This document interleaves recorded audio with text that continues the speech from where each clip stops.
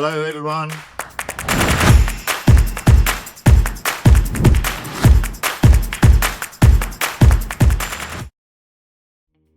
So a few months ago, I gave an AI one of the simplest jobs I could possibly give it. I asked it to write a short paragraph about margin, not just to tell me how to calculate margin. I was writing some documentation. So the sort of thing that you'd expect an AI to do in its sleep. And it came back instantly, beautifully written, completely confident, and completely wrong. And I don't mean it picked a different method to calculate margin. I mean it confidently reported nonsense. It just wasn't how to calculate margin. So I pushed back on it and I said, well, that doesn't look like the way you calculate margin. That's not going to come up with the right answer. And it said, oh, you're right. I just made it up. And then it gave me the absolute correct answer. And that was perfect answer. It was correct. And think about what that means. It wasn't a vague question. It wasn't an obscure question. It knew the right answer. It just didn't tell me. Confidently wrong, then confidently right. And at the same time, identical confidence levels. Now, I've got a bit of a confession. I use AI for everything in my life. I use it at work, I use it at home, I use it to work out what food to cook in my house, I use it to work out my exercise routines, I use it with my children, with their revision, I use it everywhere. And I'm doing that deliberately because I wanted to find out firsthand where this technology is brilliant and where it breaks. So 5 months, 5 models. One upgrade of those 5 completely broke all the prompts that I had.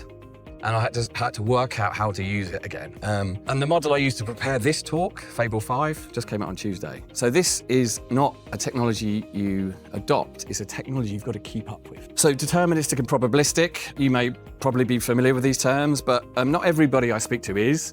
So I'll just do the quick version. So deterministic systems are calculators. You put the same number in, you get the same answer out. Every time, no interpretation, no inference, and it can show you the working. It's your billing platform. It's your ledger, it's your spreadsheet formula, calculators. And AI models aren't like this. They're probabilistic. A language model's like the smartest, best colleague that you ever met. Ask it anything, it answers from 2 places, everything it's ever read and the information that you give it. So it says, based on everything I know, this is the answer I think it is. It's fast, articulate, usually right, but not always. And it's the colleague, the smart colleague doing the work, not the calculator. So reading or remembering, it can still get it wrong. And it sounds exactly the same, like when it's right and when it's wrong. Calculator guarantees it's working. A colleague estimates the answer. Both useful, but not the same thing. So why am I talking about this here today? So what I've been seeing over the months of daily using AI is a sliding scale.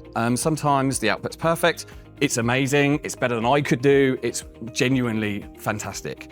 And sometimes it's completely wrong. And it hands you the same thing with the same straight face. So think about drafting an email, right? Fine. It generates the email, you look at it, you review it, you send it off. Not a problem. But in your business systems, a pricing engine that's wrong 2% of the time, that's 1 in 50 quotes that go out the door wrong. On a multi-year contract, a rule that says margin needs to be signed off by a director if it hits a certain threshold has to fire every single time, not 98% of the time. That's just not going to work. The point isn't that AI can't do it. Most of the time, it can do these things. The point is that it shouldn't, because your risk tolerance won't accept it. Most days isn't enough. So margin doesn't break loudly, it leaks. So what do we do about it? And I think you already know this. We've been doing it with people for hundreds of years.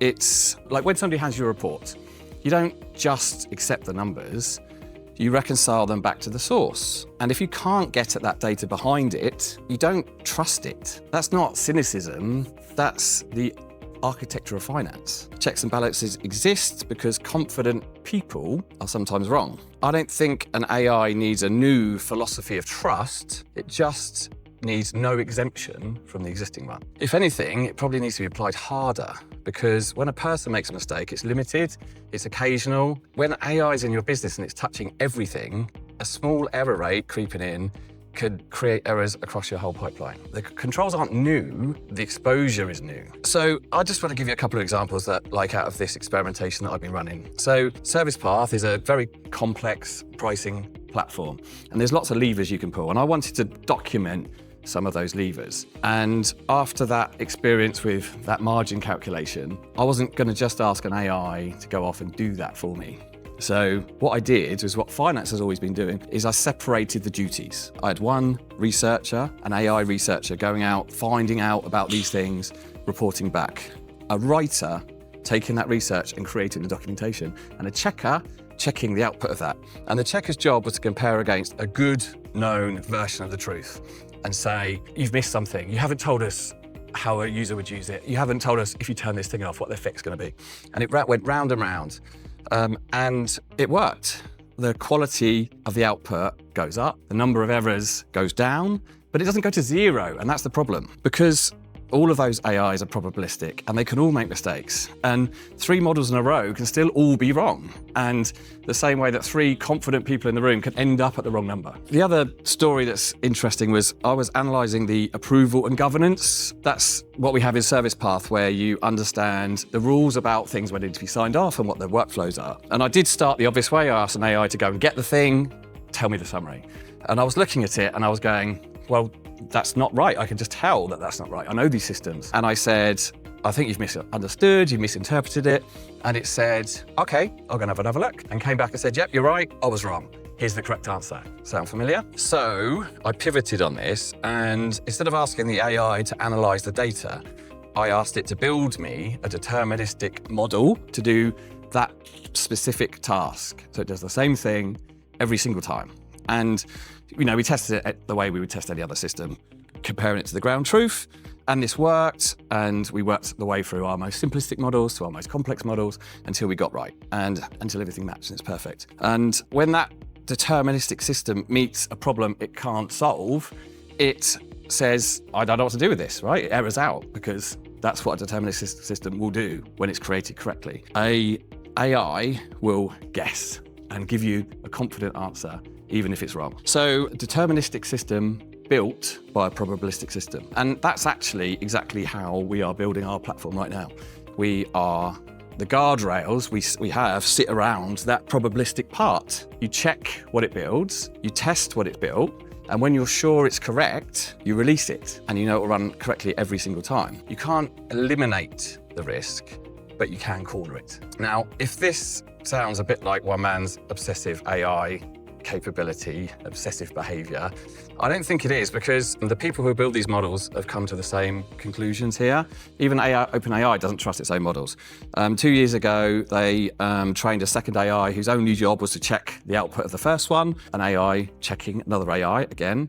And since then, they've gone even further. The reasoning models that everyone's really excited about now, the labs even stopped trusting the models that generate to mark its own answers. And they built a deterministic system, made the AI solve millions of problems, and then checks the results. And the biggest capability leap in that last few years has come from strapping that calculator to that colleague. And it's not just technology company. I was at Gartner this week at the CFO symposium, and I heard a CFO of a major business on stage talking about, he was an AI optimist, but he's not seeing the return on the investment yet. I don't think it's a technology gap. I think it's a verification gap. And companies that are getting real value from AI are the ones who've decided deliberately where the AI is allowed to live and what checks its work. So every number that hits your P&L lives in a deterministic system. It's auditable, repeatable, reconcilable, a calculator. The AI, the brilliant colleague, sits on top of it, doing what brilliant colleagues are for. Interrogating the deal, hunting for risk, spotting what's hiding in that complexity, answering your questions at midnight without complaining. And for what it's worth, that's exactly what we have in our product. We have a deterministic financial model with AI sitting alongside it, answering the questions about it. It's the oldest control philosophy in business. It's just applied to the newest model today. Your deals are more complex than ever. AI can genuinely help, but only if you use it in the right way. So I'd like to just leave you some practical questions to ask. I've actually got more of these questions, and they'll be on my LinkedIn profile if you want to take a look, and there'll be a QR code afterwards if you want to have a look at my profile. But here's the 3 I would start with. So ask them of any system, any vendor, any team that wants to put AI near your revenue. Ask them, 1, which of the numbers are deterministic and which are AI generated, and make whoever's pitching that draw the line explicitly. If they can't draw it, that's probably your answer. What happens when it's wrong? Not if, when. How is that error caught? Who catches it? And how many quotes go out the door before they do? And 3, when someone gives you a number, can you reconcile it back to the source? I ask that because somewhere in your business, the AI is probably already producing numbers someone's relying on, whether that was a decision that was made or not. And if you just remember one thing tonight, I would say remember this: don't give the machine an exemption that humans never had. Thank you.